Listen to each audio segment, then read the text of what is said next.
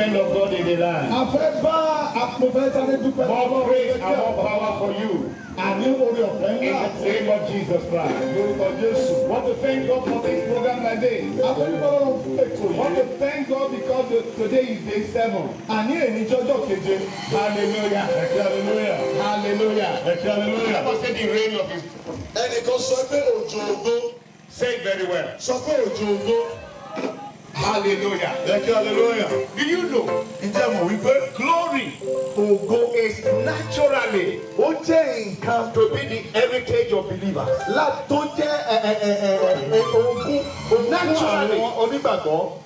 In Isaiah 43 verse 7, the Bible says, those of equal that he created for his glory. But today, because there are two universal problems. The problem of universal sameness of mankind, and the problem of the universal weakness of mankind. That's why we have to talk about glory. I want you to just pray. Say, Father, tonight, let your word come to me powerfully for full restoration, for full empowerment. Talk to the Lord. Talk to the Lord. Talk to the Lord. Talk to the Lord. Talk to the Lord. Talk to the Lord. Thank you, Father, tonight. We ask that you reveal yourself. Make this night the night of total salvation and total deliverance. Thank you, Heavenly Father. In Jesus' name we pray. Amen. You may be seated. The reign of glory. The three major barriers. The three major barriers. The reign of glory is principally for the restoration of the lost glory of mankind in the Garden of Eden. The reign of glory is for the restoration of mankind from that universal tragedy that happened in the Garden of Eden. When Adam, the human representative of mankind, decided to dance to the music of the devil. He rejected the voice of God. He took the devil as his personal advisor. And God became his personal adversary. When Adam and Eve, when they took the devil as their personal advisor, God became their personal advisor. They rejected the simple injunction of God to them not to eat the forbidden fruit. And they rejected. They danced to the music of the devil. They diverted the voice of God. And God became their personal adversary. And God drove mankind from the garden of his law. And that singular incident in 1 Corinthians chapter 15 verse 22. As in Adam, all even so, Christ shall all be made alive. So Adam was the representative head of mankind. We all we love the glory of God. God created us in his own image, in his likeness. In Genesis chapter 5, the Bible Orí karùn-ún. It talks about God created us. Ọbí In His own likeness. bí ó ṣe dá wa ní ìfẹ́ When you tirẹ̀. get to verse 3, Tó bá lọ sí the ẹsẹ̀ Bible says, kẹta. Adam and Eve, Ádámù àti they Éfà. gave birth Wọ́n wá bí in His own likeness. ní àwòrán ti The ara rẹ̀. likeness of Adam and Eve. Ní àwòrán ti Ádámù àti Éfà. Níbẹ̀ Mankind ní ọmọ ènìyàn. lost the glory. Wọ́n sọ ògo náà nù. And when we lost the glory, Nígbà tí a sọ ògo I yìí want you nù. to show you Mo fẹ́ fi hàn wá. 8 things happened. Kan mẹ́jọ ló ṣẹlẹ̀. 8 things happened Ohun mẹ́jọ ló ṣẹlẹ̀. when we lost the glory. Nígbà tí a sọ ògo nù. Number 1, Èkíní. the purity of God. Àní And these are the things that constitute the glory of God. Ohun àkọ́kọ́ tí a sọ Man ní ìwà lost the mímọ́ nature Ọlọ́run. of God. A sọ ìṣẹ̀dá Ọlọ́run nù. Today, Lónìí, all over the world, káàkiri in gbogbo every àgbáyé, village, in every place, gbogbo ibi àti is ilẹ̀kílẹ̀. there any place on earth Ìjẹ́ àríbì kankan nu ayé where people don't sin? níbi tí ènìyàn ti ń dẹ́ṣẹ̀. Is there any place? Ṣé àti ẹ̀ríbì kan nu Is ayé there yìí? any place Ìjẹ́ where àríbì people kan are nu being ayé taught yìí? how to sin? Bí a ti ń kọ́ àwọn ènìyàn bọ́n ti ń dẹ́ṣẹ̀ bí? It's the universal sinfulness of mankind. Àti máa dẹ́ṣẹ̀ ènìyàn ó jẹ́ nǹkan tó wà káàkiri àgbáláyé. That is it. So man lost the nature of God. Ènìyàn pàdánù He lost the ìṣẹ̀dá purity of Ọlọ́run. God. Wọ́n He lost pàdánù the presence ìwà of mímọ́ Ọlọ́run. God. He Wọ́n lost the pàdánù power of àlàyé Ọlọ́run. God. Wọ́n He pàdánù lost the agbára prosperity. Ọlọ́run. Wọ́n pàdánù The peace wọ́n of pàdánù God. ìṣerere àti Not àlàáfíà only Ọlọ́run. that, Kì í he ṣe èyí lost nìkan. paradise.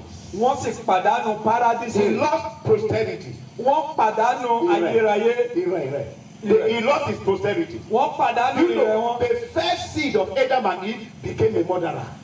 Ẹni àkọ́kọ́ tí Ádámù àti Éfà bí ó di apànìyàn. Above it all, man lost the fatherhood of God. Ṣùgbọ́n lẹ́yìn eléyìí àwọn ènìyàn pàápàá á pàdánù Ọlọ́run gẹ́gẹ́ bí bàbá. Today, Lónìí, it will be a moronic expression to say God is the father of all. ó jẹ́ nǹkan tí a lè sọ tààrà wípé Ọlọ́run ni bàbá gbogbo God ènìyàn. is the creator of all. Ọlọ́run ló dá Of course, gbogbo God is the ènìyàn. father of Ṣùgbọ́n all. kì í ṣe Ọlọ́run As bàbá many gbogbo that ènìyàn. receive him, Ṣùgbọ́n iye àwọn tó ń gbà wọ́n ni ó fún ní agbára láti di ọmọ so Ọlọ́run. man lost the fatherhood of God. Nítorí náà nítorí ẹ̀ṣẹ̀ ènìyàn pàdánù Ọlọ́run That's gẹ́gẹ́ bí the bàbá. problem Èyí of jẹ́ mankind. ìṣòro That's why the ènìyàn. Bible says, for all that sin and come short of the glory of God. Ìdí tí Bíbélì fi sọ wípé gbogbo wa la ṣáà ti ṣẹ̀ tí a sì ti kùnà ògo Ọlọ́run. Hallelujah. Become what? Short of the glory of A God. ti kùnà ògo Ọlọ́run. What do you know? Ǹjẹ́ a mọ̀ wípé When God bí Ọlọ́run decided bàtí ó pinnu to solve the problem of mankind, láti ṣe ètò wàhálà àti God ìyànjú discovered that the only person Ọlọ́run wá rí that wípé can settle the problem ẹnìkan ṣoṣo tó lè must be without sin in his nature. ẹnìkan ṣoṣo tó lè tó ìṣòro ẹ̀dá ni ẹni tí ò ní ẹ̀ṣẹ̀ rárá tí ò sì ní ìṣẹ̀dá ẹ̀ṣẹ̀. God Ìdí nìyẹn tí Ọlọ́run fún ara ẹ̀ decided to become man. ó di ènìyàn. Hallelujah. To become what? Man. Ọlọ́run fún ara ẹ̀ di And ènìyàn. when God came, Nígbà tí Ọlọ́run when sì he dé became man, ó wá di èèyàn. when he was going to the cross, Lẹ́yìn ìgbà tó di ènìyàn ó wá lọ sórí àgbélébú. before going to the cross, Kó tó lọ sórí he àgbélébú wanted to reconcile ó fẹ́ mú àwọn ènìyàn wá both the sọ́dọ̀. law and the prophet together. Ó fẹ́ mú wòlíì àti òfin ó fẹ́ kó wọn jọ In papọ̀. Luke chapter 9, Nínú ìwé Lúùkù orí kẹsàn-án verse 32, ẹsẹ̀ kẹta the ẹsẹ̀ Bible says, kejìlélíà. and Jesus took 3 disciples. Jésù mú àwọn ọmọ ẹ̀yìn mẹ́ta. You know, the man of God said yesterday Ìránṣẹ́ Ọlọ́run sọ that when wáyé. the glory comes, Ó nígbà tí ògo bá dé. he will name you. Ó ní ògo yóò sọ ọ́ lórúkọ. Abi? So there were 3 disciples Àwọn ọmọ ẹ̀yìn mẹ́ta. that Jesus christianated. Èyí tí Jésù fún lórúkọ Simon tiẹ̀. Peter the rock, Sámọ́nì tí a porúkọ rẹ̀. James and John, the Bonaji, sons of thunders. Jákọ́bù àti Jòhánù àwọn ọmọ Bónájì They are sons of thunders. àti ọmọ àrá. Hallelujah. So he took those 3 people Ó kó àwọn mẹ́ta yìí. to the Mount of Transfiguration. Ó kó wọn lọ sórí òkè But I want àyípadà. us to see it. Ṣùgbọ́n a fẹ́ ká wò ó. Hallelujah. Look at what the Bible says. Ẹ jábọ̀ tí Bíbélì wí. I love it from the New King James Version. Ní ẹ̀dá Jákọ́bù titun. But Peter and those with him Pétérù were àti heavy with àwọn sleep. tí ó wà pẹ̀lú rẹ̀ ń sùn. And when they were fully awake, Nígbà tí wọ́n sì jí, they saw his glory. wọ́n rí ògo rẹ̀. When they were what? Fully Nígbà awake. tí wọ́n jí tán, People of God, ẹ̀yin ènìyàn the Ọlọ́run, churches of God are fully asleep. Ìjọ Ọlọ́run ti ń sùn lọ́wọ́lọ́wọ́ We báyìí. are fully awake. Àfi ìgbà tí a bá jí tán, We cannot see the glory. a ò tí ì lè rí The man ògo of rẹ̀. God said, Ìránṣẹ́ the Ọlọ́run yẹn King sọ of glory wípé has come. ọba ògo ti dé. That is true. Òótọ́ But ni. believers Ṣùgbọ́n gbogbo are onígbàgbọ́ sleeping. a sì ń sùn. And when you are sleeping, the Bible says, when they were fully awake, Bíbélì sọ wípé nígbà tí wọ́n jí tán, they saw the glory. wọ́n rí ògo rẹ̀. They knew what is not humanly possible to know. Wọ́n mọ ohun tí a ò lè mọ̀ nípa ìṣẹ̀dá ènìyàn. Who told people? Ta ló sọ fún That was Pétérù Moses. pé That was Mósè Elijah. Èlíjà Were there rẹ̀? any pictures, sir? Àbí a ní ayàwòrán kan tó So ti who sọ told fún ọ me that tẹ́lẹ̀? was Moses? Ta ló That was sọ Peter. wípé Mósè rèé, Èlíjà rèé? Listen to me. Ṣùgbọ́n ẹ tẹ́tí o. Because of the problem of sleep, Nítorí ti wàhálà ooru when we are waking from sleep, tí a bá ti jí kúrò we ní ooru, introduce a máa rí problems to the church. ìṣòro tá a mú wọnú Do you know ìjọ. he said, Ó sọ wípé Master, olùkọ́ let us construct 3 tabernacles. ó ní ẹja kọ́ àgọ́ mẹ́ta síbí yìí. One for you, Ìkan fún ọ, one for Moses, ìkan fún one for Mósè, Elijah. ìkan fún Èlíjà. What is trying to say? Kí ló ń sọ? Let us set 3 Ẹja ṣe nǹkan mẹ́ta, ẹja pàgọ́ mẹ́ta. ways of salvation for mankind. Ọ̀nà mẹ́ta táwọn èèyàn fi lè rí ìgbàlà ní ojú ọjọ́ Either àkọkalẹ̀. for you, Ìkan fún either for Moses, ìkan fún Mósè or for Jesus. àbí fún Jésù. What did God do? Kí ni The Bible Jésù says, sọ? and God withdrew those people. Ọlọ́run sì mú àwọn èèyàn And wọ̀nyí he said, lójú wọn. This is my beloved Ó son. wá sọ wípé yìí ni àyànfẹ́ In ọmọ whom mi. I'm well pleased. Ẹni tí inú mi Yes, sì he did. gidigidi ẹ máa gbọ́ tirẹ̀. Today, Lónìí, why the glory is missing in the church? ohun tó fà á tí a ò Many fi people are ṣàlàyé waking up. They are waking up with false doctrine. Ẹlòmíì jí dìde wọ́n sì jí dìde Can sí you ẹ̀sán. imagine 3 tabernacles? Ẹsẹ̀ ṣàkíyèsí kó sọ pé àgọ́ mẹ́ta. So you may decide, I will say, and for Moses, Ìwọ lè sọ wípé Mósè and lèmi for máa ṣe o. Elijah, one for Jesus, Ẹlòmíì máa sọ pé Let's set tí Èlíjà máa ṣe o. for mankind. Ẹ jẹ́ á sọ fún àwọn ènìyàn ọ̀nà mẹ́ta tó lè fi dọ́dọ̀ Ọlọ́run. But what did God do? Kí ni Ọlọ́run wá ṣe? God, why those 2 people are winning? Ọlọ́run wá sọ pé kì í ṣàwọn And he ilé said, ìmọ̀ torí ẹ̀ wá. This is Ẹ my kó wọn beloved kúrò. son. Ó ní ọmọ mi You know the gangan. problem today is that many of us, Ìṣòro tá a nílé we are yìí wípé heavy with sleep. ọ̀pọ̀lọpọ̀ wa ti wà ní oorun. A ò lè fi ògo rẹ̀ hàn. You cannot demonstrate His glory A ò lè fi ògo rẹ̀ hàn. when you are heavy with sleep. Nígbà tí a bá wà ní You know, oorun. when you are sleeping, Gbogbo ìgbà tí a bá ti ń sùn. no matter what is precious in your hand, Kò sí bí nǹkan yẹn ṣe ṣe iyebíye tó lọ́wọ́ rẹ. will drop from your hand. Ó máa bọ́ lulẹ̀ lọ́wọ́ Look rẹ. at it. If I'm holding this now, Ohunkóhun tí a bá dì mú if báyìí. I'm sleeping, what happened?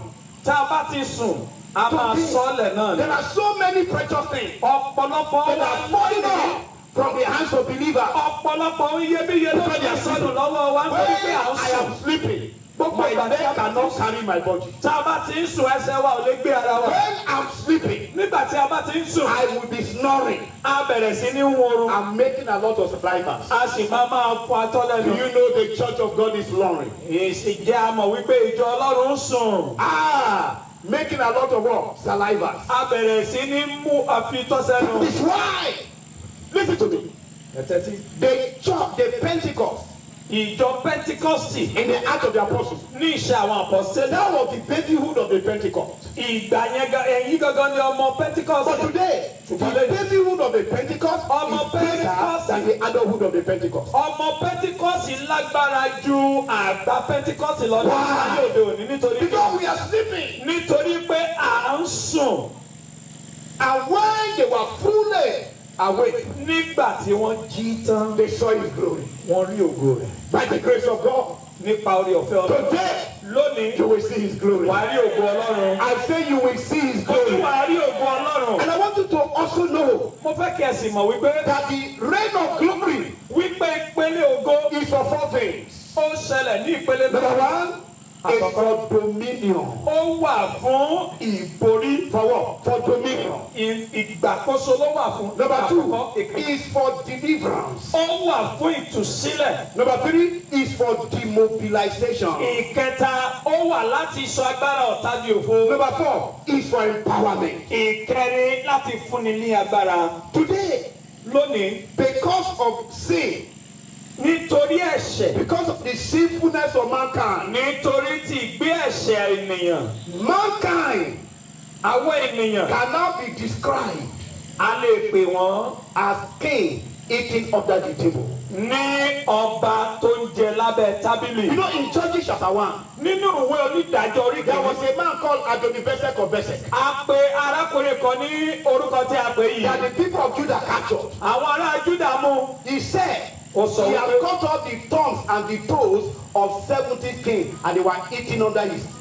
Bíbélì sọ wípé ó ti gé ọwọ́ àti ẹsẹ̀ àwọn ọba tó jẹ́ wípé wọ́n There jẹ are tábìlì 70, rẹ̀. 70 eating. The king supposed to eat on the table. Àádọ́rin ó yẹ kó máa But jẹ they lórí were tábìlì. eating under the table. Ṣùgbọ́n wọ́n jẹ lábẹ́ tábìlì. Today, we Lónìí, can describe a the bẹ̀rẹ̀ sí saints ní of the wípé God, the saints of many believers, ìjọ àbí as ọmọ king Ọlọ́run eating under the table. wọ́n dàbí ọba tó ń jẹun lábẹ́ But when the tábìlì. reign of glory comes, Ṣùgbọ́n tí òjò when the reign of glory comes, tí òjò ògo bá he rọ̀, will empower ó fún wa ní those agbára. people A fún wa ní agbára. and they start eating on the table. A bẹ̀rẹ̀ sí ní jẹun lórí In the tábìlì. name of Jesus Christ. Lórúkọ Jésù. Because when your thumbs and toes are cut off, Nítorí nígbà tí a bá gé ọwọ́ òun ẹsẹ̀ rẹ, there is no weapon you can handle kò sí ohun ìjà tó lè dì mú. and you cannot run for escape. O ò sì lè sá. Fún And that ọkọ ò lè is sá what the sábà fún devil ẹ̀mí is rẹ. doing today. Ohun tí Sátánì pàápàá fẹ́ ṣe fún wa gangan nìyẹn. Doing to people today. Òun ló ń ṣe fáwọn èèyàn. Hallelujah. But by the grace of God, Nípa orí ọ̀fẹ́ by Ọlọ́run, the power of God, nípa agbára Ọlọ́run, today, lónìí, the Lord God of heaven Ọlọ́run ọ̀run will stretch forth his hand yóò nawọ́ rẹ̀ jáde. and do mighty things in our Yóò lives. sì ṣe ohun ńlá láàrin wa. There are three things. Ohun mẹ́ta la gbọ́dọ̀ ṣàkíyèsí. Ohun mẹ́ta. There are three things. Ohun mẹ́ta. Three major barriers Ohun mẹ́ta tó jẹ́ ohun ìdènà. that hinder the reign of glory. Èyí tó máa ń dá òjò ògo dúró. The barrier of personal sin. Òun ni ìdádúró ẹ̀ṣẹ̀ tí Number èèyàn máa ń dá. two, living and serving in a cursed land. Èkejì ni kéèyàn máa gbé kó sì máa ṣiṣẹ́ ní Number ìrọ̀lẹ́ àti three, the búlẹ́gùn. evil currents in your generational root. Ìkẹta sì ni ibi tó wà ní gbòǹgbò ìpínlẹ̀ wa. Those are the three things. Ohun mẹ́ta rèé ló Listen máa to ń the dènà people of the ògo. Lord. Ẹ̀tẹ́tí. God created us for glory. Ọlọ́run dá wọn fún ògo He rẹ̀. called us unto glory. Ó pè wọ́n fún ògo rẹ̀. And not only that, Kì í ṣe èyí nìkan. in 2 Thessalonians, Nínú ìwé Tẹsalóníkà the kejì, Bible says, Bíbélì sọ wípé through the preaching of the gospel, nípasẹ̀ wàásù that we ìrere may obtain kábà lè rí the glory ògo rẹ̀ of the Lord Jesus èyí tí ń ṣe Christ. ti Jésù Kristi. Hallelujah. So, through the gospel, Nípa we ìrere can obtain a lè the gba glory ògo of the Lord Jesus Christ. Jésù And I Kristi. want you to understand Mo tún fẹ́ kó yé wa wípé that Jesus Jésù is God's glory personified. òun fún ara ẹ̀ jẹ́ ògo Ọlọ́run. And we must understand the three things. A sì gbọ́dọ̀ mọ mẹ́ta yìí That Jesus pé Jésù was God òun náà ni in Ọlọ́run. human nature. Ó wà ní ìṣẹ̀dálẹ̀ We ni. see his activities A in the rí four gospels. a rí gbogbo iṣẹ́ How rẹ̀ he came bó ṣe to wá. pay the price of our salvation. Bó ṣe wá san ìdíyelé àti gbèsè He ẹ̀ṣẹ̀. said, it is finished. Ó sì sọ wípé ó ti parí. Today, Lónìí, our Bible Bíbélì wa yìí is God's human literature ó jẹ́ ìwé àkà tí Ọlọ́run rán sí wa. that reveals the glory. Èyí tó fi ògo And nìkan. today, Lónìí, Christ, Jésù Kristi, supernatural nature, òun ni ẹni tó ní ìṣẹ̀dá tí ó ga jùlọ. that it can be anywhere at any time. Ó lè wà níbikíbi ní It àkókò can tó bá wù. be in you anywhere, anytime. Ó lè wà nù rẹ níbikíbi àti When you nígbàkúgbà. have Jesus, Gbogbo ìgbà tó o bá ti lè gba Jésù when you láàyè, have Jesus, tó o bá ní Jésù, have the glory of God. o ní ògo Ọlọ́run. Ó ń gbénú rẹ. Idea of glory, Ohun tí a ń pè ní ògo yìí, the idea of glory ohun tí a tilẹ̀ fi ṣe àkàwé ògo is yìí, heavyweight. òun náà ni nǹkan tó wúwo lára yìí. Heavyweight. Nǹkan tó You wúwo know lára when the yìí. glory came upon the temple, Nígbà tí ògo sọ̀kalẹ̀ no sórí temple was able to stand. kò sí ẹni tó lè dúró. And God knows Ọlọ́run that sì in mọ̀ this world, wípé nínú ayé there are yìí, so many things òun ló pọ̀ that want to káàkiri. compete against Èyí us. tó fẹ́ bá ògo ṣe In àríyànjiyàn. Isaiah 26 verse 3, Nínú ìwé Àìsáyà, he said, oh Lord our ó God, ní Olúwa Ọlọ́run, other lords Olúwa àwọn Ọlọ́run mìíràn. beside thee Lẹ́yìn have dominion over us. wọ́n ní agbára lórí Other wa. lords Àwọn Ọlọ́run beside mìíràn thee have dominion over Ní us. agbára lórí wa. That is why we need the rain of glory. Ìrèdíre tí a fi nílò òjò ògo. When we are talking about rain, Nígbà tí a bá sọ nípa òjò, the presence, nǹkan tí a wí ni wípé ìwàláyé the Ọlọ́run, manifestation ìfarahàn, of the supernatural power of God. agbára Ọlọ́run tí ò dé. Hallelujah. And you know it is very easy. Ó rọrùn púpọ̀. It is very easy. Ó rọrùn púpọ̀. In John chapter 12, Nínú ìwé Jòhánù orí verse kejìlá, 36, ẹsẹ̀ the Bible says, when you have the light, when you have the light around, Bíbélì sọ pé gbà tó bá ní believe ìmọ́lẹ̀ in the light, pé kó so gbàgbọ́ nínú that ìmọ́lẹ̀ you become kó o bá lè dé the sons of light. ọmọ ìmọ́lẹ̀. Hallelujah. Help us say sons of light. Ẹ sọ wípé ọmọ Help ìmọ́lẹ̀. us say sons of Ẹ light. sọ pé ọmọ ìmọ́lẹ̀. Do you know light is superior to darkness any day, anytime? Ǹjẹ́ ẹ mọ̀ wípé ìmọ́lẹ̀ tóbi ju òkùnkùn ní In gbogbo John ìgbà? chapter 8, Nínú ìwé Jòhánù orí he said, "He that followeth me kejìlá, ó ní ẹni tó bá shall tọ̀ not mí walk in darkness, kò ní rìn nínú but shall òkùnkùn. have the light of life." Ṣùgbọ́n yóò ní ìmọ́lẹ̀ ìyè. Help us say the light Ẹ sọ wípé ìmọ́lẹ̀ of life. ìyè. Help us say the light of life. Ìmọ́lẹ̀ ìyè.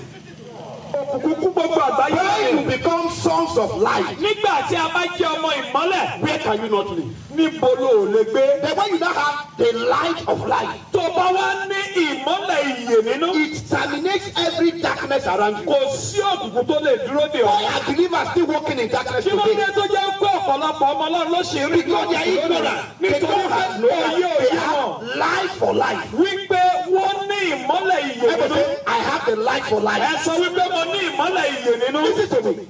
If you are here, Tó bá wà bí, if you don't know Jesus, tó o bá tí ì mọ Jésù, I pity you. àánú rẹ̀ ṣe mí. In Psalm 39 verse 5, Nínú ìwé Sáàmù, he said, "Verily, verily, ó ní lóòótọ́ every man gbogbo in ènìyàn his best state is altogether vanity." Ó ní ní tòótọ́ gbogbo ènìyàn nínú ìjókòó rere rẹ̀ asán ni. all men in their best state are vanity. Ha!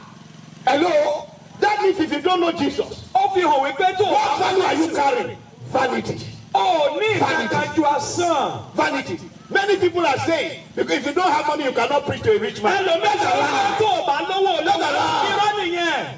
If you have money, Tó o bá with lówó your money, in all your money, àti owó without rẹ Jesus, you láìsí are vanity. Jésù òfo asán sì ni ọ́. Hallelujah. But if you have Jesus, Ṣùgbọ́n ẹni tó bá ní you Jésù become what? Sons of God. wà á di ọmọ You Ọlọ́run. have light of life. O ní ìmọ́lẹ̀ In ìyè. Ephesians chapter 5 verse 8, Nínú ìwé Éfésù orí you karùn-ún were ẹsẹ̀ once kẹjọ. darkness, Ó ní ní ìgbà kan ní ẹtì but jẹ́. now you are light. Ṣùgbọ́n nísinsìnyí ẹ di ìmọ́lẹ̀. Light in the Lord. Ìmọ́lẹ̀ nínú Olúwa. Not just light, oh. Kì í ṣe ìmọ́lẹ̀ lásán. Light.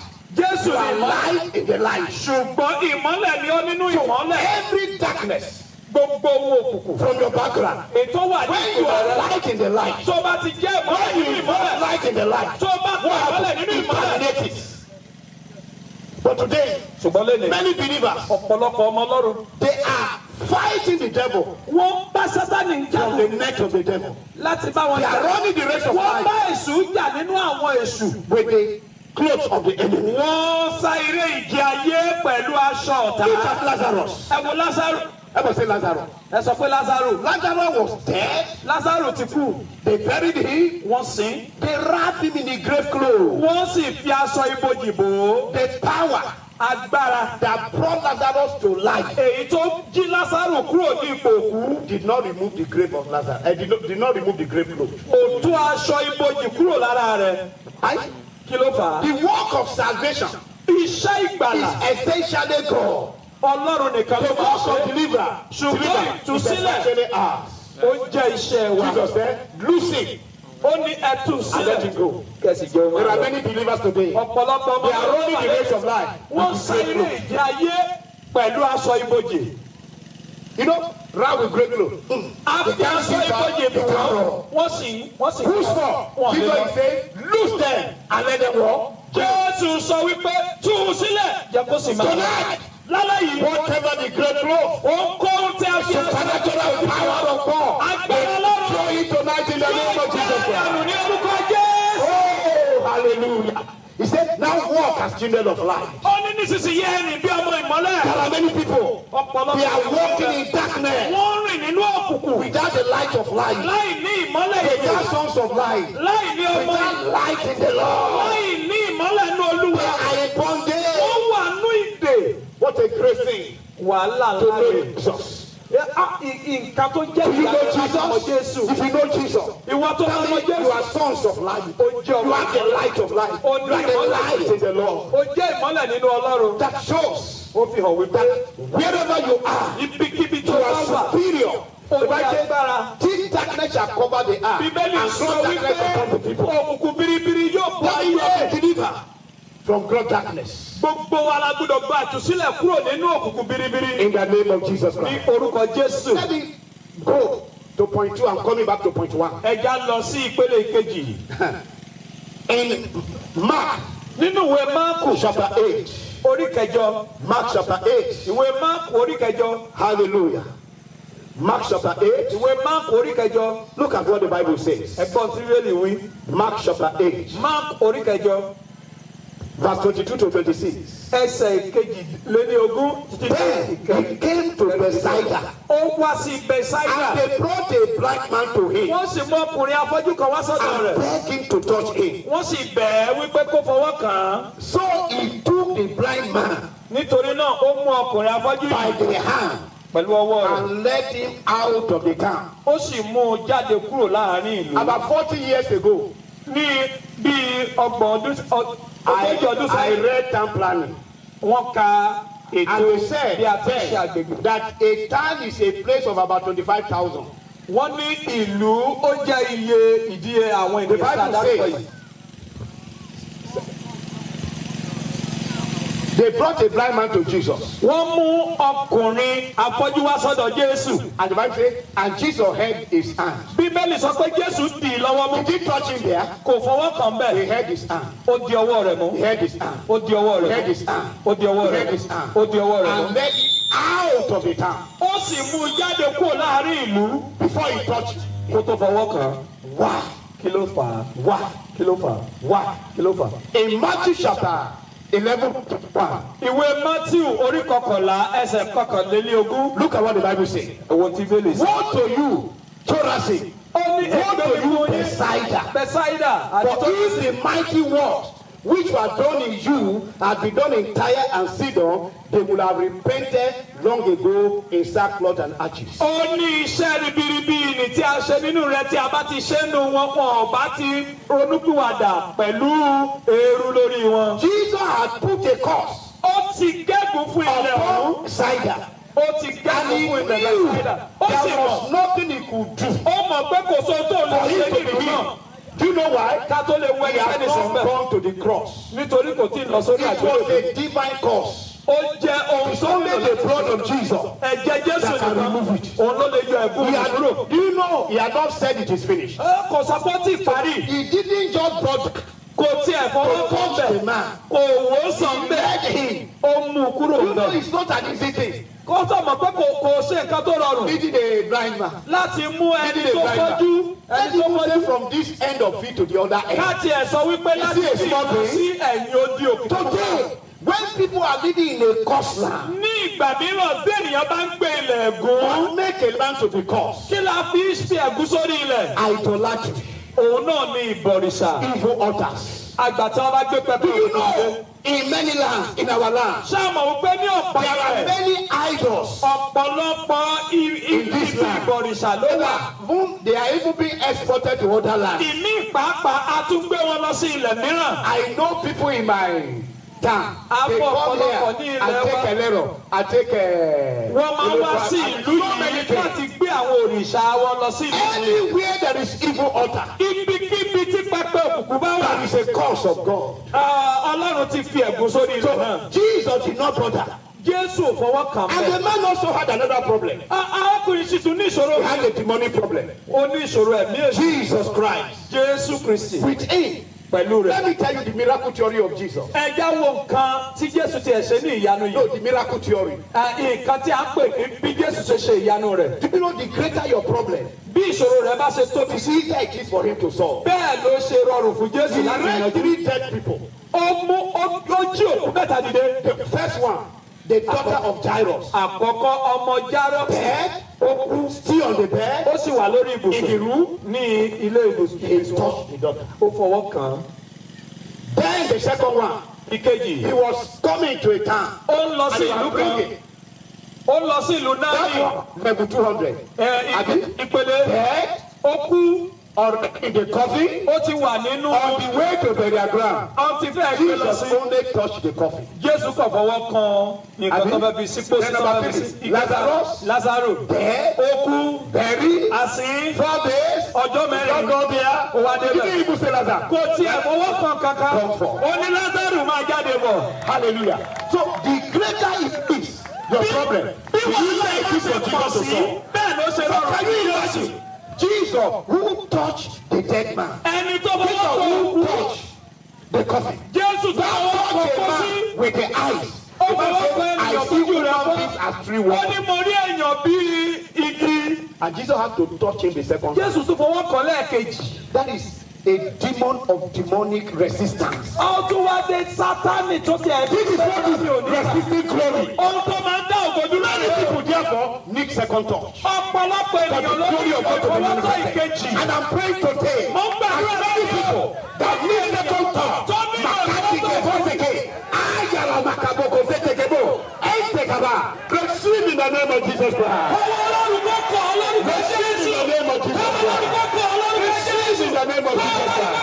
Receive in the name of Jesus Christ. Receive in the name of Jesus Christ. Ọlọ́run kò kọ̀ Ọlọ́run kò Jésù. See that we are going somewhere. Ẹ jòkó àṣẹ lọ síbi. Let me say number 3. Ẹ sọ pé ìkẹta. I want 4 men. 4 men. Bẹ́ẹ̀ ni mo fẹ́ kẹ́. Yeah. Mo jáde wá. I want somebody. All right.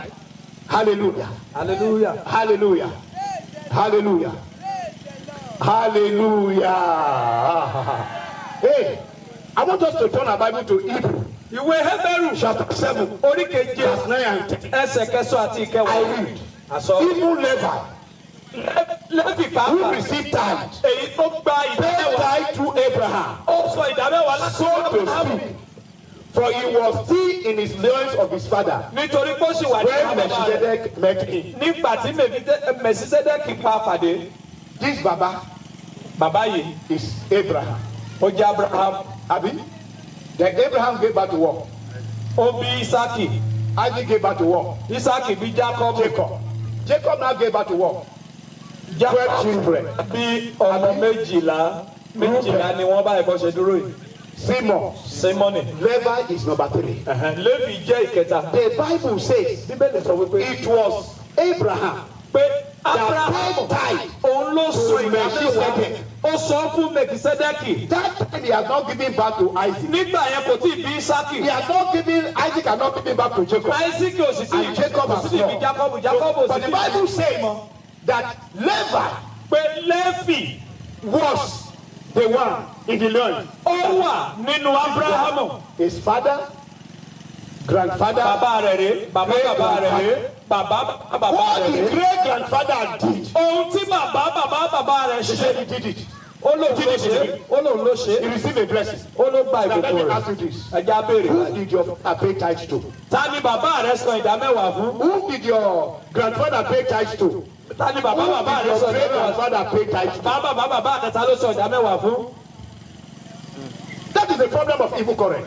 Ẹyin kan tó ń ṣẹlẹ̀ ni. You know Abraham, Lọ́ mọ̀ pé the Abraham wife died first. ọmọ ìyàwó rẹ̀ ló kọ́kọ́ kú. What about what? Isaac, the wife died first. Ísákì kọ́. Jacob, the wife died ìyàwó rẹ̀ ló first. kọ́kọ́ kú. Judah, the wife died first. Júdà kọ́ ìyàwó wọn gbogbo wọn ìyàwó wọn ló kọ́kọ́ kú. Do you know Abraham? Abrahamu. When you read Genesis 11, Tabaka the Genesis first person in kọkànlá. his generation gave birth at age of 100. Ẹni àkọ́kọ́ nínú ìran yẹn ó bímọ ní ìgbà tó After pé about ọgọ́rùn-ún 7 ọdún. generations, Lẹ́yìn when he got to Terah, ìgbà tó dọ́dọ̀ Tẹ́rà, he gave birth to children at age of 70. ó bímọ ní ọdún 70. Go and read when reading Bible something. He will tell you Terah means delay. Ó ní nǹkan ìtumọ̀ Tẹ́rà ní ẹni So tí Terah gave àkọ́wé birth rẹ̀ at sẹ́yìn. age of what? 70. Ó bímọ Abraham gave birth at age of what? 100. Isaac gave birth at age of what? 60. And you know that Jacob, Jacob. the Bible says, and God closed the wife. Ọlọ́run sì ṣe inú ìyàwó rẹ̀. of Rachel. inú Rákẹ́lì. What is it that is also flowing in Kí the ló generational line? sì ń rìn nínú ìran wọn yìí? And you know Jesus said it Ṣé mo pe Jésù sọ in Matthew nínú ìwé Matthew chapter 23. orí kẹtàléní? That he said, you people say, Ó ní ẹ̀yin ènìyàn sọ wípé if you are alive, but you wouldn't have killed the prophet. Whenever you say you are the one, the parent, kill their parent, he says, go and finish what your father has started. ó ní ẹ sọ wípé tó bá jẹ́ ìgbà ìran bàbá wa ni a ò bá tí ì pa wọ́n ṣùgbọ́n Jésù sọ fún wọn pé ẹ lọ parí nǹkan tí bàbá yín bẹ̀rẹ̀. Do you know there are some people? Ṣé mo pé àwọn Their yẹn kan wà? father did not have money to send them to school. Bàbá wọn ò lówó láti They rán wọn lọ are sílé growing ìwé. up. Suddenly, there is problem in the work. Àwọn náà wọ́n ti tún dàgbà báyìí wọ́n ti tún bẹ̀rẹ̀ sí ní And ìṣòro. no money to send the children. Kò sí ìṣòwò láti tún rán Children ọmọ that lọ are supposed sílé to end ìwé. up as professor, they go and then. Ọmọ tó yẹ kó jáde gẹ́gẹ́ bí pòfẹ́sọ̀ wọ́n lọ bẹ̀rẹ̀ sí ní kọ́ṣẹ́. This is the evil current. Èyí jẹ́ ìsopọ̀ ibi. Hallelujah. And that is why Jesus came Ìdí tí Jésù fi to wọ́n offer us láti fún wa eternal salvation. láti fún wa ní ìyè ayérayé. Hallelujah. Hallelujah. So it doesn't matter. Kò ní fi ṣe. Whatever is flowing in your root. Ohun tó ń ṣẹlẹ̀ ní ìrandíran rẹ In ní Psalm 25, nínú ìwé verse Sáàmù. 15, he said, he will pluck my feet out of the net. Ó ní yóò yọ ẹsẹ̀ mi kúrò nínú àwọn. Several years ago, Ní àwọn ọdún kan preaching sẹ́yìn. Akure, Àwọn wàásù and ilé a kan. woman came to me. Obìnrin kan wá. He said, sir, Ó ní bàbá. from what you have preached, Fóun tí ẹ ti sọ I yìí. now understood Ó wá yé mi. what killed my son-in-law. Ohun tó pa àna mi. My son-in-law has just died. Ọkọ ọmọ mi ṣe kú ni. The mother gave birth to children to 3 different places. Ọmọ ìyá rẹ̀ bímọ fún yàn bí mẹ́ta. He gave birth to 2 of them. Ó To fún a particular man in Oyo. ó bímọ fún ọkùnrin kan ní Ọ̀yọ́ The ọmọ méjì. first one was a medical doctor. Àkọ́kọ́ ó jẹ́ oníṣègùn. Graduated. He went to serve. Ó ṣetán ó lọ bẹ̀rẹ̀ When sí they lọ sí were ìjọba. running up the service, Nígbà tí wọ́n he parí went sísìn to climb ìjọba, man wall. ó lọ gorí òkè. He fell. Ó ṣubú. They rushed him to hospital. Wọ́n dé hospital. He died. Ó kú, a believer. Ọmọ ọlọ́pàá. And this second one, Ìkejì yìí another, alàgbà nínú ìjọ. a deliver minister. Alàgbà nínú ìjọ sì ń ṣiṣẹ́ ìtúsílẹ̀ fáwọn He èèyàn. did not see that net. Kò rí àwọn yìí. He had an accident. Ó ní jàmbá They took him to hospital. wọ́n gbé lọ They sí did X-ray. They said no internal injury. wọ́n ní kò sí tó ṣe 21 é days after, he died of internal bleeding. lẹ́yìn ọjọ́ kan ó kú wọ́n ní ẹ̀jẹ̀ ń sànnú But the rẹ̀. mother said, Ìyá rẹ̀ sọ but pé the father had buried more than 30 children. ó ní bàbá rẹ̀ ti sin ju ọmọ ọgbọ̀n They ọdún did not tó ti gbé see sin. that need of premature death. Ṣùgbọ́n wọn ò rí àwọn ikú òjijì tó ń ẹbí yìí. These were saints. Àwọn These were wọ̀nyí saints. They were believers. ọmọ Ọlọ́run ni wọ́n.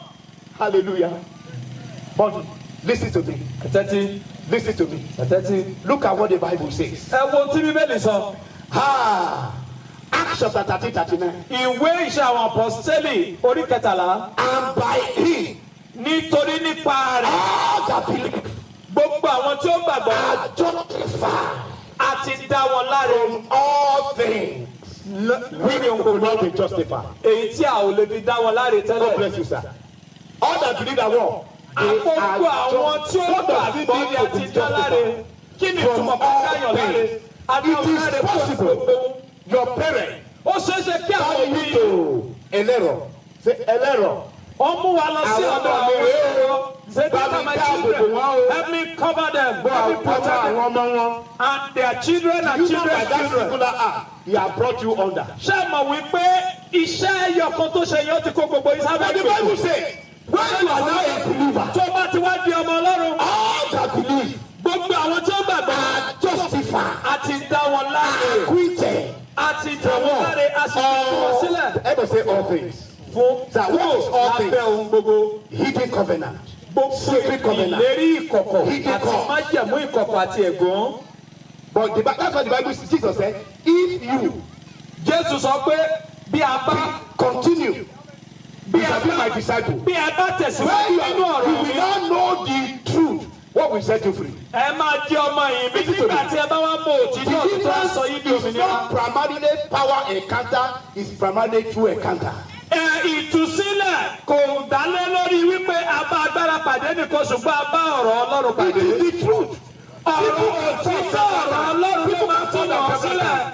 But if they don't encounter the truth, they will not be free. ṣùgbọ́n bí wọn ò bá bá ọ̀rọ̀ Ọlọ́run pàdé ìtúsílẹ̀ wọn ò tí ì pé. The Bible says, all, Bíbélì sọ pé nínú gbogbo nínú gbogbo after him, all that believe. gbogbo àwọn tí ó gbàgbọ́ How many?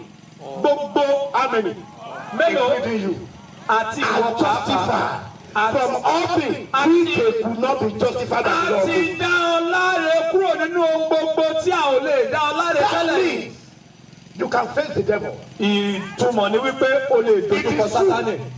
My fathers, Bàbá mi, my grandfather, bàbá my bàbá great mi, grandfather, bàbá worship mi. you. Wọ́n sìn ọ́ tẹ́lẹ̀. Ogun, worship you alone. Ògún àti ẹlẹ́lọ́wọ́ máa ń sìn ọ́ For tẹ́lẹ̀. now, Ṣùgbọ́n nísinsìnyí, I am a believer. mo ti wá jẹ́ ọmọ And the Ọlọ́run. word of God, Ọ̀rọ̀ Ọlọ́run tried 7 times. èyí tí a ti dánwò lẹ́yìn méje ó sọ wípé I am delivered wípé a ti tú mi sílẹ̀ from all things. kúrò lábẹ́ ohun gbogbo. Therefore, Nítorí náà, I want to present the truth to you. mo fẹ́ fi òtítọ́ hàn báyìí. I am no more Mi ò ní under your ṣe. bondage. Mi ò sí lábẹ́ ìgbèkùn rẹ mọ́. I have no case to answer. Mi ò sí lóhunkóhun láti fi ọ lésì. What do you think the devil will do? Kí ló rò pé Sátánì máa ṣe? Several years ago, I was in Ibadan Poly. Wọ́n wà ní I went to a crusade. Polytechnic As I Ìbàdàn. was coming down, Bí wọ́n ti ń jáde bọ̀, there was a lady, arábìnrin kan, a member of choir.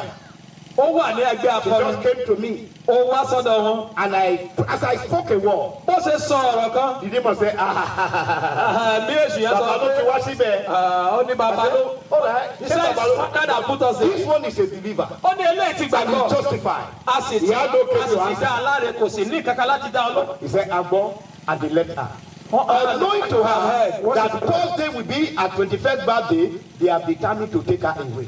Kò sì mọ̀ wípé ọjọ́ tó ó ọjọ́ díẹ̀ kó tó ṣe ayẹyẹ ọjọ́ ìbí rẹ̀ ọjọ́ ẹ̀ lọ́sì fẹ́ pa á. There are many believers. Ọ̀pọ̀lọpọ̀ ọmọ They náà are ló dying before their time wọ́n kú ṣáájú àkókò because of the evil current. nítorí tí ìgbàlódé ohun tó dè wọ́n mọ́ ìdílé. Today, you can apply the blood of Jesus, Lónìí olólù ẹ̀jẹ̀ the Jésù. blood of everlasting covenant, Ẹ̀jẹ̀ iye upon your life. lórí ayé Up to 10 generations. títí Covenant, ìkọ̀kọ̀ reigning covenant gbogbo ègún tó can ṣiṣẹ́ be nullified, mo bá gbogbo yín jẹ́ and bẹ́ẹ̀. then you are free. Nígbà yẹn lọ́lọ́run. Many believers ọ̀pọ̀lọpọ̀ are àwọn still running the race wọ́n sì ń sáré with the demonic grave clothes. pẹ̀lú aṣọ ibojì. That is why backsliding Ìdí nìyẹn tó jẹ́ wípé ìpẹ̀yìndà. is very, very common today. Ìpẹ̀yìndà pọ̀ ní ìgbọ̀n lónìí. Today, Lónìí. all that believe, Gbogbo àwọn tí ó gbàgbọ́. all that believe Gbogbo àwọn tí ó are gbàgbọ́. justified A dá wọn from láre. all things. I Lábẹ́ will say from all things.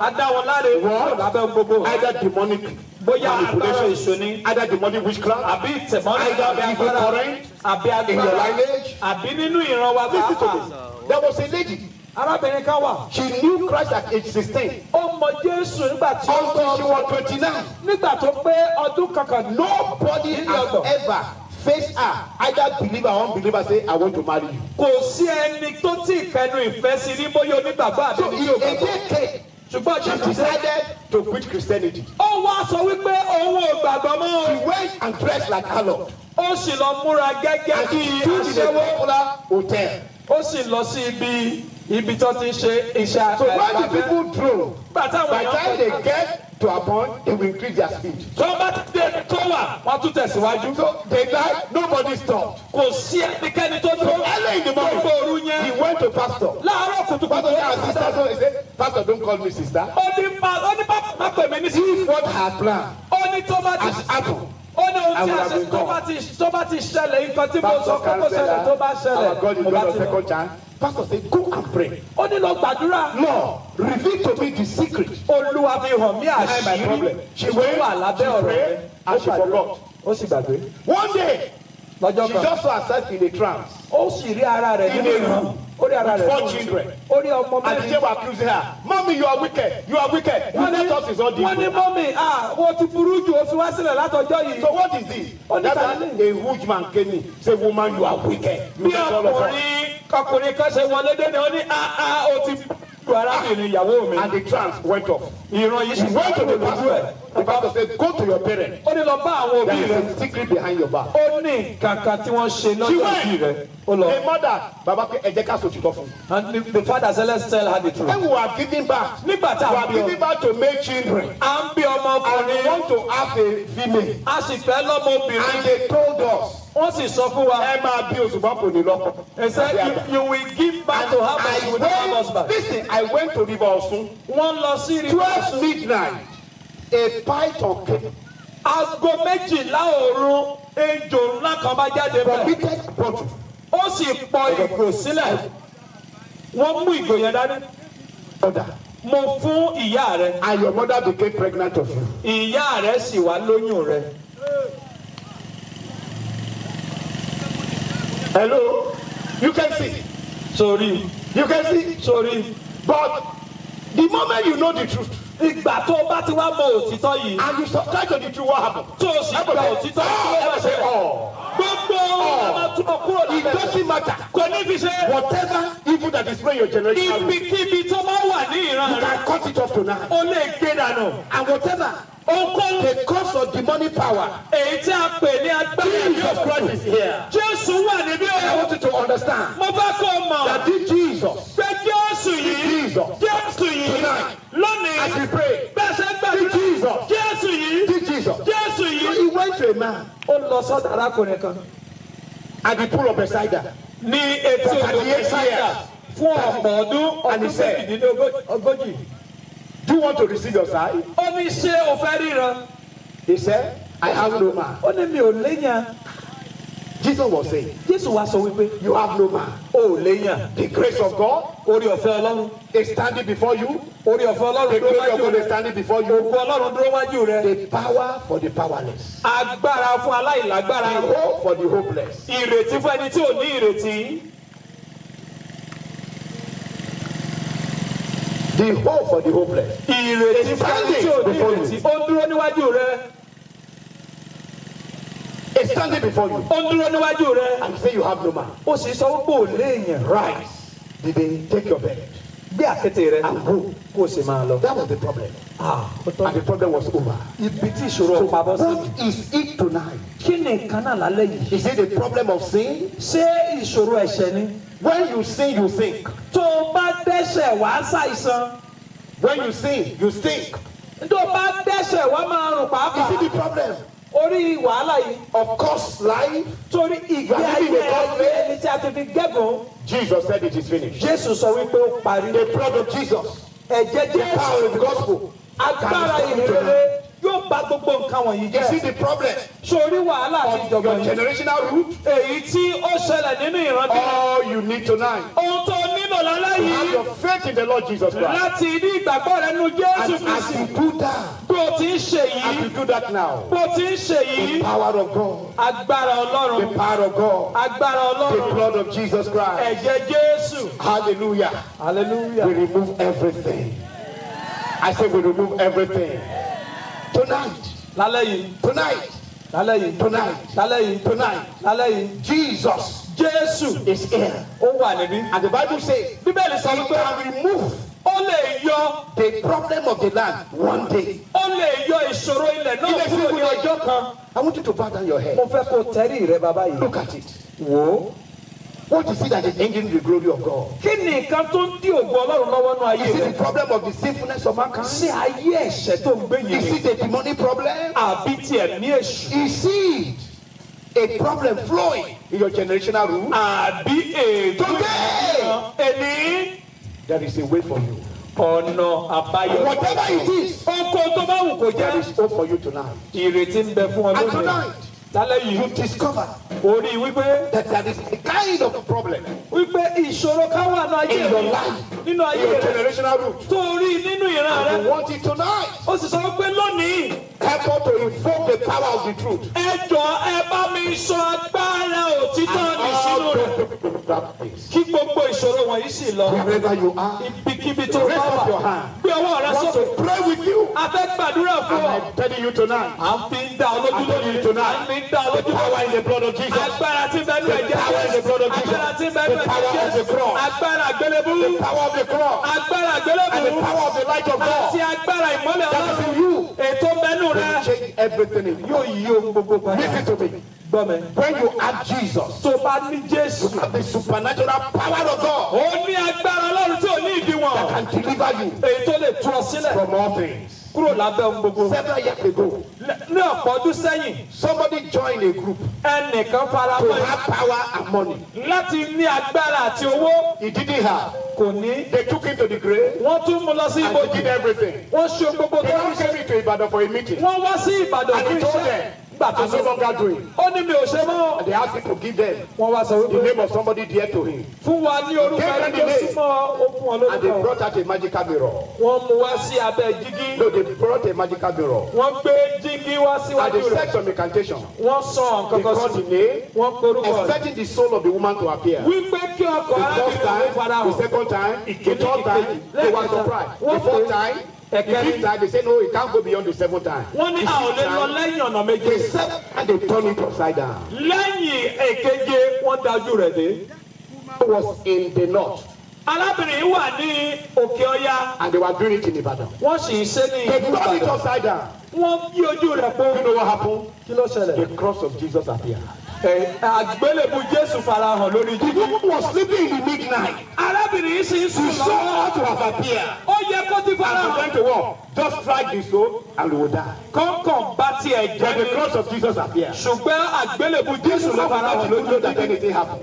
Kò mọ̀ pé kẹ́sẹ̀ ṣẹlẹ̀. Now, it is you that will die. Ó ní ṣùgbọ́n ní sí ìwọ lọ́mọ She wọn now lọ́wọ́. became his conscience. So, my sister is a Christian. They want to kill her. Ó ní arábìnrin mi As he was àṣọ running from the campus, the first person he met was a pastor.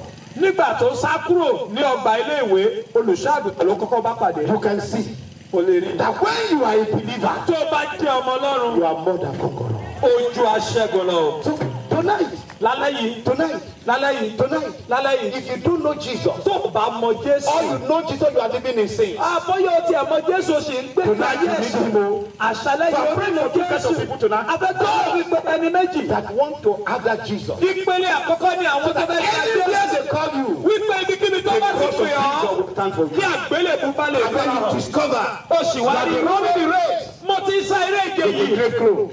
pẹ̀lú aṣọ ìbòjì. Tonight, Lálẹ́ yìí, there is power in the blood of Jesus Christ. agbára ń bẹ nú ẹ̀jẹ̀ So Jésù. those people that want to give their life to Jesus, Fún àwọn tó bá they fi will ayé come wọn up to fún my Jésù. left hand. Wọ́n wá sí apá àlàáfíà bàbá yìí. That want to say tonight, Gbogbo àwọn ọmọ Ọlọ́run tó bá sọ pé ní àṣà all yìí. these things, Gbogbo máa ń jẹ̀ mú òkùnkùn ìdílé mi. Wọ́n gbúdọ̀ kúrò kọ́ wá at sí the apá right ọ̀tún. side, let us be close your eyes. Ìwọ tó bá fàyè rẹ fún Jésù wá sí apá àlàáfíà mi. Ìwọ tó jẹ́ ọmọ Ọlọ́run tó ní ìṣòro ẹkú ìdílé kò wá sápá ọ̀tún. Ó yẹ máa jáde bọ̀. Begin to come out. Ẹ máa jáde bọ̀. Let's close our eyes. Ẹ jẹ́ àtẹ̀jú wa. There is power, mighty in the blood, in the blood. There is power, mighty in the blood, in the blood. There is power, mighty in the blood, in the blood. There is power, mighty in the blood of Jesus Christ. There is power, mighty in the blood. I plead the blood of Jesus. I plead the blood of Jesus. I plead the blood of Jesus. Amen. Àmín. Look at me.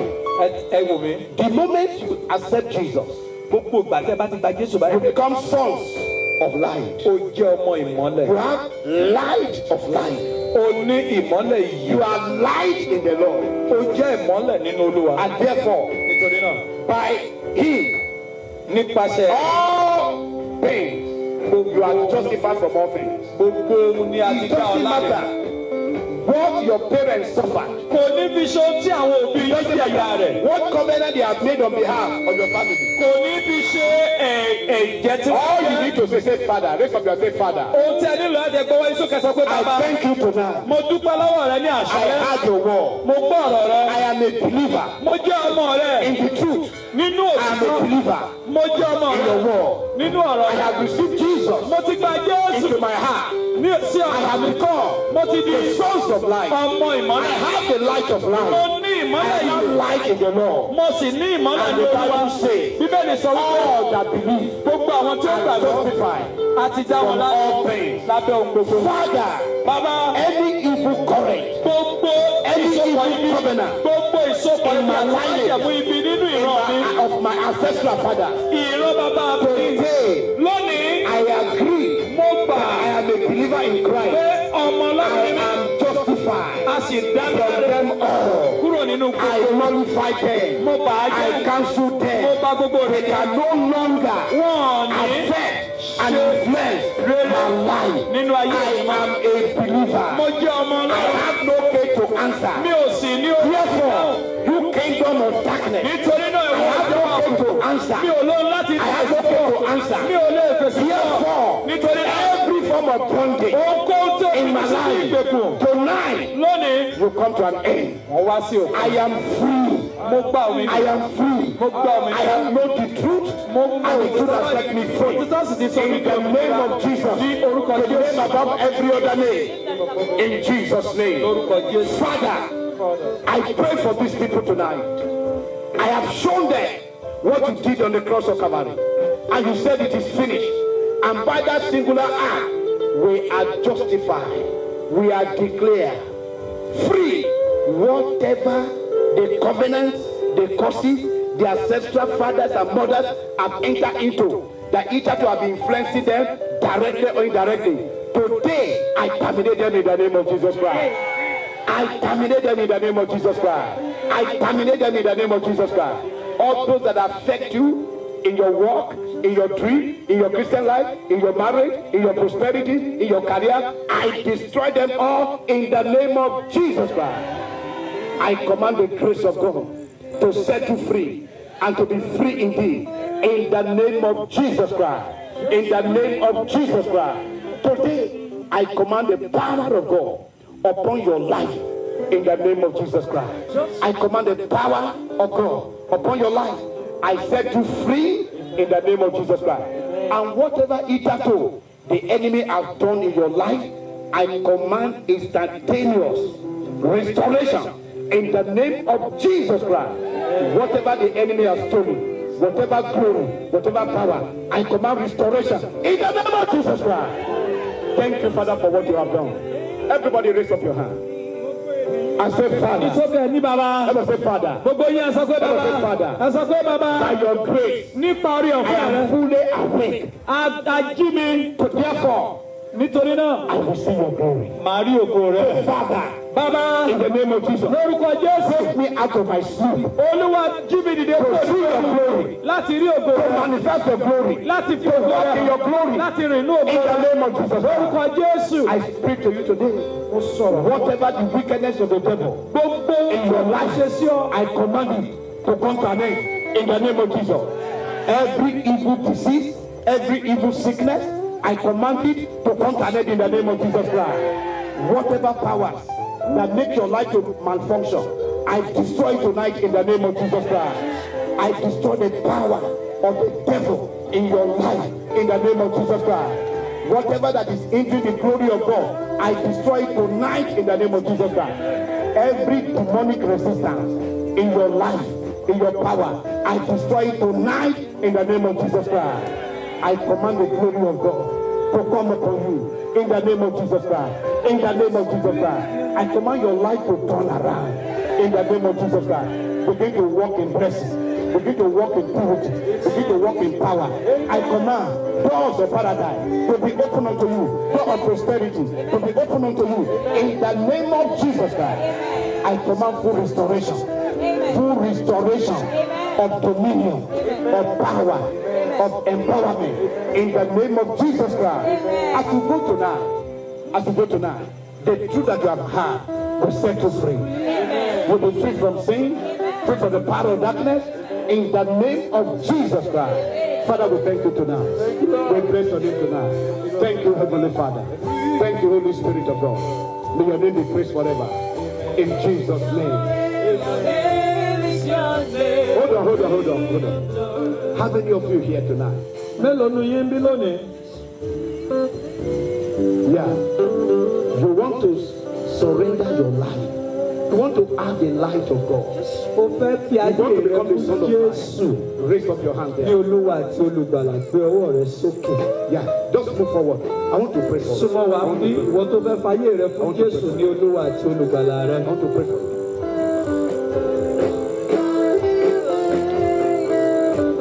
Listen to me. Listen to me. When you have Jesus, you have the Almighty God as your Father. You have the power to deliver you and to save you. Children, look at me. Nobody is too young to receive Jesus. When you have him, you have the Almighty God living inside of you. Anywhere they want to attack you, he will rise up for you. So give your life to him. Follow him up. I myself, I gave my life to Jesus when I was young. And today, we have transformed my life. And there are some of you here, you will preach the gospel. I say you will preach the gospel. You will do great things for the Lord. Put your hand on your chest and say after me, Lord Jesus, I thank you very much today for this opportunity to give my life to you. Lord Jesus, you are the Savior of the world. I receive you into my heart as my Lord and Savior. Jesus, give me the power to overcome sin, destroy the power of sin in my life, and help me to live victoriously for you all the days of my life. Thank you, Jesus, for having received me into your kingdom, and by the grace of God, I will walk in your kingdom. Help me to submit myself to the people, to teach me, and to train me. Thank you, Father, in Jesus' name. Lord, I pray for this one, that your glory will tabernacle upon them, that you will manifest yourself to them, you will reveal yourself to them. Whatever the problem in their lives, you remove in the name of Jesus Christ. Write their names in the book of life. Amen. Make them more than conquerors in the name of Jesus Christ. Defend them whenever the enemies want to destroy their lives. By the grace of God, you will not go back. You will not go back. The hand of the Lord rests upon you. You are blessed in Jesus' name. Look at the people around. They want to get your name. They will be praying for you. So if you give a wrong name, prayer will be going to the wrong people. So God bless you. It is well with you. In Jesus' name.